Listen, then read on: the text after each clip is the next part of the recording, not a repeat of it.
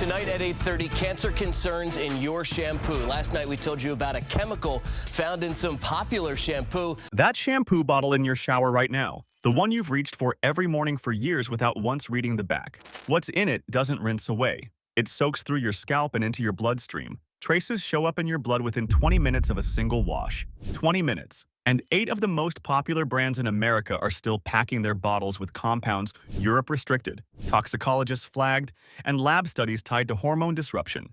8 brands, probably one of them in your shower right now. 3 are actually clean. We tracked them down. Start with the worst one. Number 1 on this list is Head & Shoulders. Walk into any Walmart, any CVS, any grocery store in the country, and it is front and center on the shelf. It has been the best-selling shampoo in America for decades. Parents buy it for their kids. Dermatologists recommend it for dandruff. People have been using it their entire adult lives without ever reading the back of the bottle. And that loyalty, that trust built over generations, is exactly what makes this brand's formula so troubling. Head & Shoulders contains sodium lauryl sulfate as its primary cleanser, a detergent so chemically aggressive that dermatology researchers deliberately use it in laboratory settings to induce controlled skin irritation so they can test the healing properties of other compounds. That is not a brand slur. That is documented scientific practice. In a shampoo, you work into your scalp and let sit long enough to build a lather. That compound is stripping the skin barrier every single time you wash. But the ingredient that deserves the most scrutiny is zinc pyrithione, the active anti-dandruff agent. At controlled concentrations, it functions as the label promises. The problem is what happens when it goes down your drain. Studies tracking rinse-off personal care products found zinc pyrithione breaking down in wastewater into a compound called pyrithione zinc, which has been shown to be acutely toxic to aquatic organisms at extremely low concentrations. The European Union evaluated the evidence and voted in 2021 to restrict zinc pyrithione in rinse-off products entirely. Procter & Gamble quietly reformulated Head & Shoulders for European shelves. The American formula stayed exactly the same. Same brand, different ingredients, different rules depending on your zip code. For anyone on thyroid medication or managing a hormone-sensitive condition, and for families giving this to teenagers whose scalp barriers are still developing, you are applying a formula an entire regulatory bloc decided was no longer acceptable. Procter & Gamble generated over $65 billion in revenue last year. Reformulating the American version was a decision they made. They chose not to. The scalp has more pores per square inch than almost any other surface on the body. What you put on it does not simply sit on top. Head & Shoulders at least presents itself as a medicated treatment. Surely a brand built entirely around the image of gentle, salon-quality care, something that promises to nourish rather than strip, must be working with a cleaner formula. That is exactly what Pantene needs you to believe. And before we get there, stay with this list, because the number 5 brand on here carries a compound that has been linked directly to documented hair loss in users across multiple states. You need to see it. Let's start with Pantene. Coming in at number 2, Pantene Pro-V has one of the most effective beauty marketing machines in the world. The Pro-V branding creates an impression of vitamins, advanced science, and professional-grade formulation. The word pro is doing enormous heavy lifting. The silky before and after imagery, the clinical-sounding name, the gleaming hair in every ad, all of it is designed to make the product feel pharmaceutical-grade. What the formula is actually built around is silicone chemistry. Pantene relies heavily on dimethicone and related silicone compounds to coat the hair shaft and produce the appearance of smoothness and shine. Those silicones do not nourish the hair, they encapsulate it. They create a coating that reflects light, which is what you see in the commercial, and that coating builds up with repeated use. Over weeks and months, the buildup requires increasingly aggressive washing to break down, which typically means using more product more often.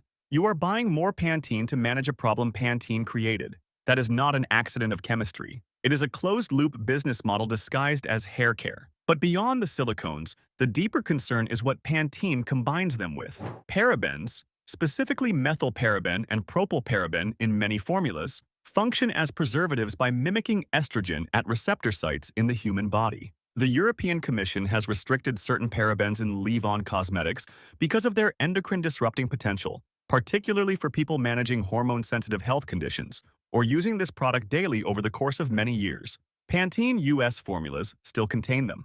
Alongside synthetic fragrance, a legally sanctioned catch-all term that can conceal dozens of unlisted chemical compounds under a single ingredient declaration, you have a formula built on multiple layers of opacity.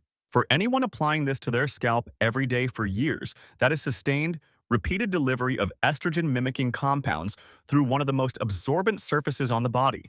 The hair looks better short-term. The formula earns that improvement by creating a dependency that never gets disclosed on the label. That is not anything. You've seen what two of the biggest names on the drugstore shelf are doing. Here is the assumption most people make next. If mass-market brands cut corners, I'll spend a little more. I'll pick something that positions itself as salon quality. The next brand charges more than Pantene. It generated a federal lawsuit and a product recall. It is not doing better. At number 3, TRESemme has built its entire identity around salon results at home without the salon price. That deliberate middle ground positioning is exactly where the deception hides. In 2021, TRESemme Keratin Smooth Shampoo was the subject of a major consumer class action after users reported severe scalp burns, blistering, hair breakage, and significant hair loss. The culprit was DMDM hydantoin, a formaldehyde-releasing preservative. Formaldehyde, the same compound the International Agency for Research on Cancer classifies as a known human carcinogen. DMDM hydantoin does not contain formaldehyde in its molecular structure. What it does is release formaldehyde slowly as it degrades inside the bottle and continues releasing it on your scalp as a byproduct of its preservation mechanism. Unilever, TRESemme's parent company, eventually removed DMDM hydantoin from that specific product line after the litigation. But DMDM hydantoin still appears in other TRESemme products on US shelves right now, and it appears across multiple other Unilever brands. Unilever's annual global revenue exceeds $60 billion. Removing one preservative compound from their entire cosmetic portfolio is not a financial hardship. It is a legal and actuarial calculation. They remove what costs more to defend than to reformulate. Not before. For anyone who has been using TRESemme daily for the past 5 or 10 years, the formula you trusted to keep your scalp healthy was releasing a carcinogen onto it every time you used it. The scalp is not passive. It absorbs. It circulates what it receives. Formaldehyde is not an ingredient that belongs anywhere near that process. The stores kept stocking it. The poison stayed on the shelves. The next time you see the words Keratin Smooth on any label from any brand, flip it over and read every ingredient before you open it. That brand was selling a lawsuit with a smoothing promise on the front. The next brand doesn't try to be premium at all. It is the family staple, the bulk buy, the bottle under the sink, and it carries the most chemically dense formula on this entire list. Number 4 is Suave. Suave earns its place near the top of this list, not because of one spectacular failure, but because of a documented ongoing pattern. In 2021, Unilever, which also owns TRESemme, issued a voluntary recall of certain Suave dry shampoo products after testing found benzene contamination at levels exceeding FDA safety thresholds. Benzene is a known human carcinogen directly associated with leukemia and other blood cancers with long-term exposure. The products were pulled from shelves, but a recall does not retroactively address the years of daily use that occurred before it was issued.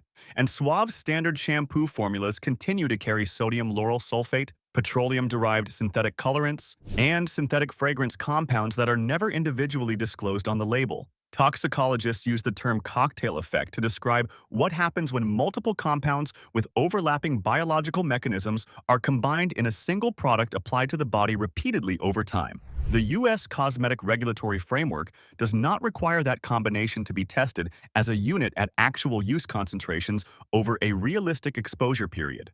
Each ingredient is evaluated in isolation. For families using Suave as their everyday household shampoo, washing children's hair multiple times a week, stocking it in bulk because the price is the obvious choice, the cumulative arithmetic of that exposure is worth understanding before the next shopping trip. $1.99 a bottle. That is what Unilever decided your family's daily scalp chemistry was worth pricing at. The brand's name is derived from the Latin for smooth or gentle. There is nothing gentle about formaldehyde-releasing preservatives or benzene contamination at levels that trigger FDA recalls. Budget brands hide behind price.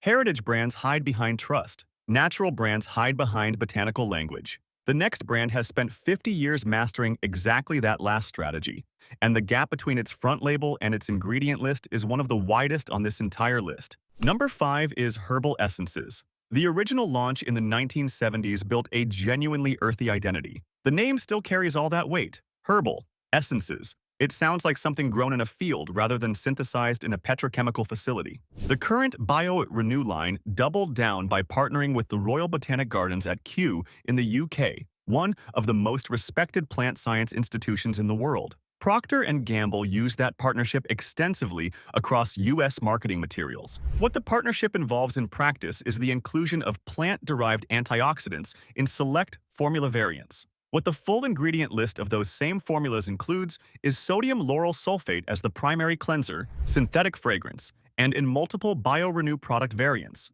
DM, hydantoin, the same formaldehyde-releasing preservative behind the TRESemme lawsuit and recall. The Royal Botanic Gardens branding is on the front of the bottle.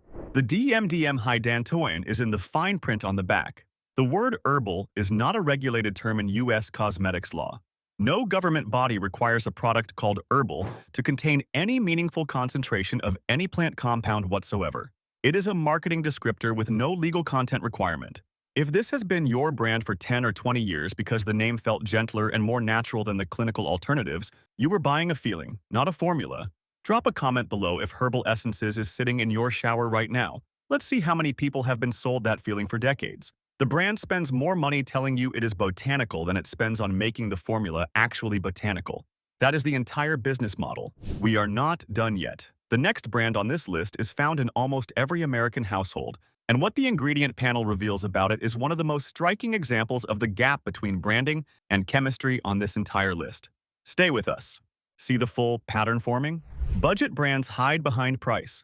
Family brands hide behind nostalgia. Botanical brands hide behind plant names on the front label. So what about the brands that actually claim professional credentials? Salon heritage, stylist endorsements, bottles that look like they belong in a back bar. The next one has been trading on that image for years. Let's look at what is actually inside it. At number 6, we have Aussie. The kangaroo on the bottle implies an origin story that no longer exists. Procter & Gamble acquired the brand in 2003. It has been manufactured and formulated in the United States for over 20 years. The Australian identity is a packaging exercise, but the ingredient concerns go well beyond a fictional geography. Aussie shampoos contain sodium lauryl sulfate, synthetic colorants including red 40 and yellow 5, which are petroleum-derived dyes used primarily to make the product look appealing on a retail shelf, and in many variants, methylchloroisothiazolinone, a preservative the European Scientific Committee on Consumer Safety has flagged as a skin sensitizer in rinse-off products at concentrations that appear in commercially sold shampoos. Denmark and multiple EU member states have imposed concentration limits on it in rinse-off cosmetics. The US has set no equivalent limits. The mechanism worth understanding is that methylchloroisothiazolinone does not typically produce a visible reaction on first exposure. Repeated use can trigger immune sensitization, a process by which the immune system learns to identify the compound as a threat. Once that sensitization develops, even trace amounts in future products can trigger contact dermatitis, scalp inflammation, or allergic responses. It does not reset. For anyone who has used Aussie for years without visible irritation, that does not mean the sensitization process has not been progressing. It means the threshold has not been crossed yet.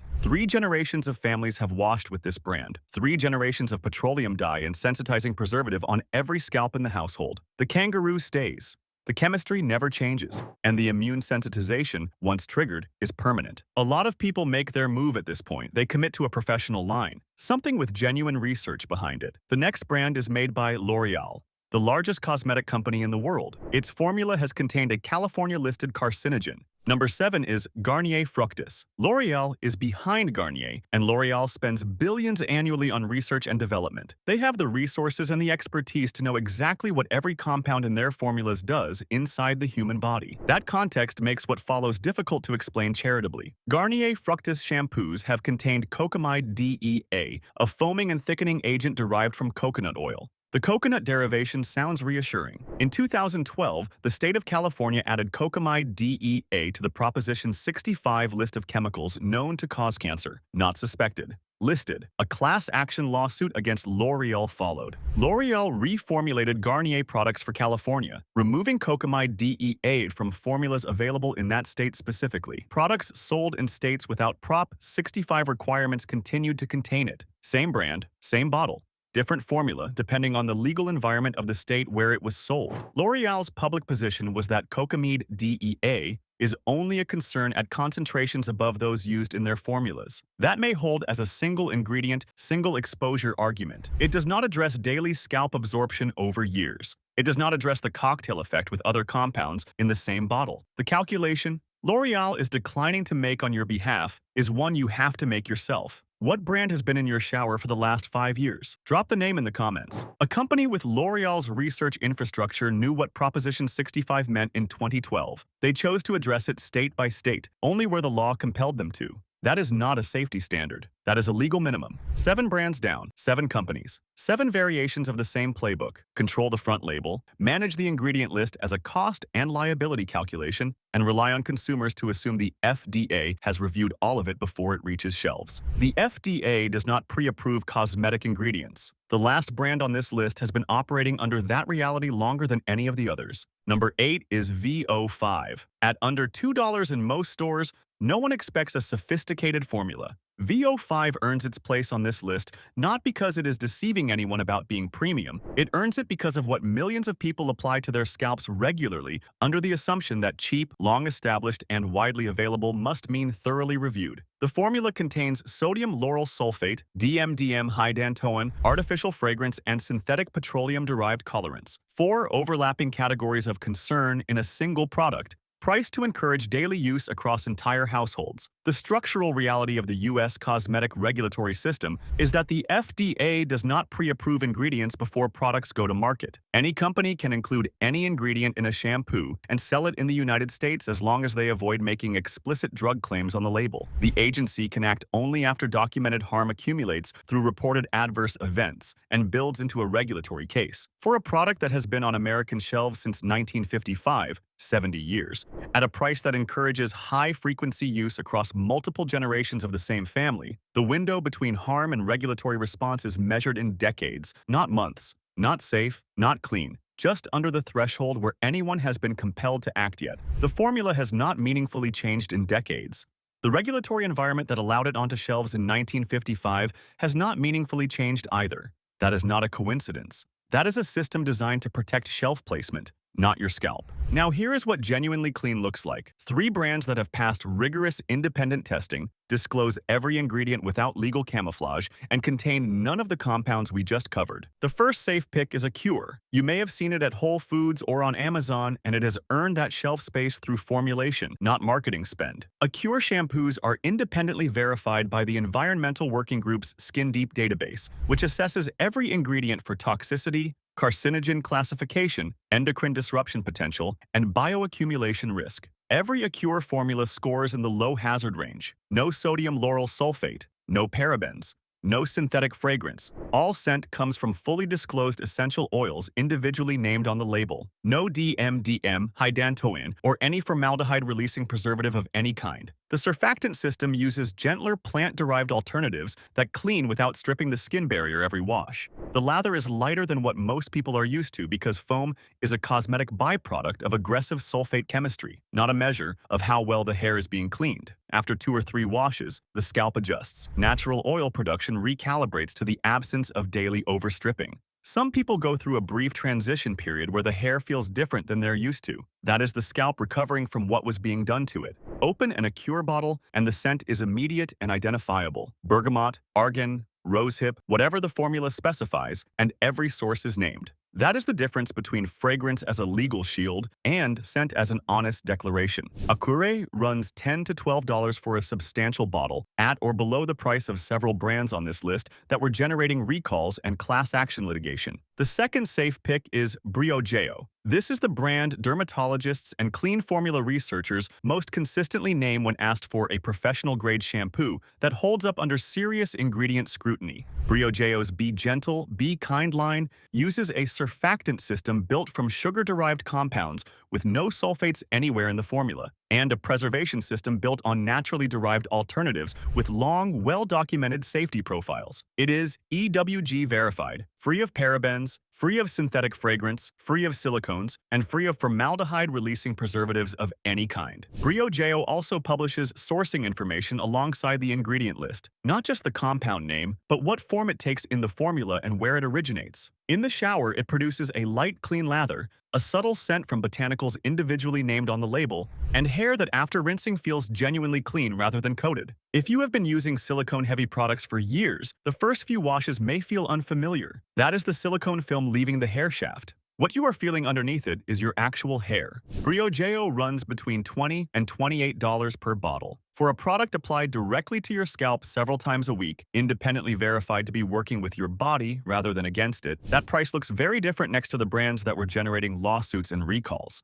If you've spent years trusting one of the brands on this list, switching to something like Briogeo is not a lifestyle upgrade. It is a correction. The third safe pick is Attitude. This Canadian brand entered the US market without much noise and has built a loyal following among people who read ingredients rather than front labels. Attitude shampoos carry both EWG verification and the Made Safe certification, a standard that screens against more than 6,000 known or suspected harmful chemicals, and are produced in a manufacturing facility independently audited for clean production practices. The formula uses sodium cocoa sulfate in place of sodium lauryl sulfate, a coconut-derived surfactant that cleans effectively while causing significantly less disruption to the skin's natural lipid barrier. The preservation system uses plant-based alternatives with published long-term safety data. No synthetic dyes, no artificial fragrance, no parabens, no formaldehyde-releasing compounds of any kind. For anyone who has been using any of the 8 brands on this list and wants a specific place to start, Attitude is available on Amazon and increasingly in natural grocery chains. It prices between $12 and $16 per bottle, at or below the cost of Herbal Essences, TRESemme,